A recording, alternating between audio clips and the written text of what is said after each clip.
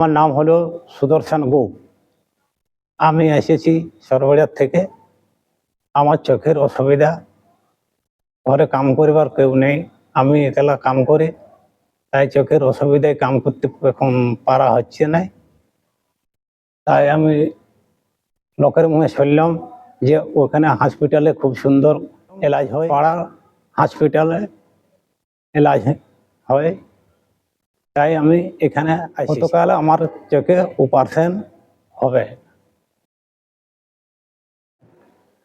আমার নাম সুদর্শন গোপ, গ্রাম সরবরিয়া, জেলা পুরুলিয়া, থানা বড়বাজার। আমি এসেছি এখানে অপারেশন হতে, চোখ অপারেশন। তো চোখ অপারেশন হয়ে গেছে খুব ভালোভাবে, টাকা পয়সা কেউ নেয়নি এবং গাড়ি ঘোড়া ভাড়াও কেউ মাগে নেই। খুব ভালোভাবে চিকিৎসা হয়েছে এবং খাওয়া দাওয়া খুব ভালোভাবে হয়েছে, কোনো অসুবিধা নাই।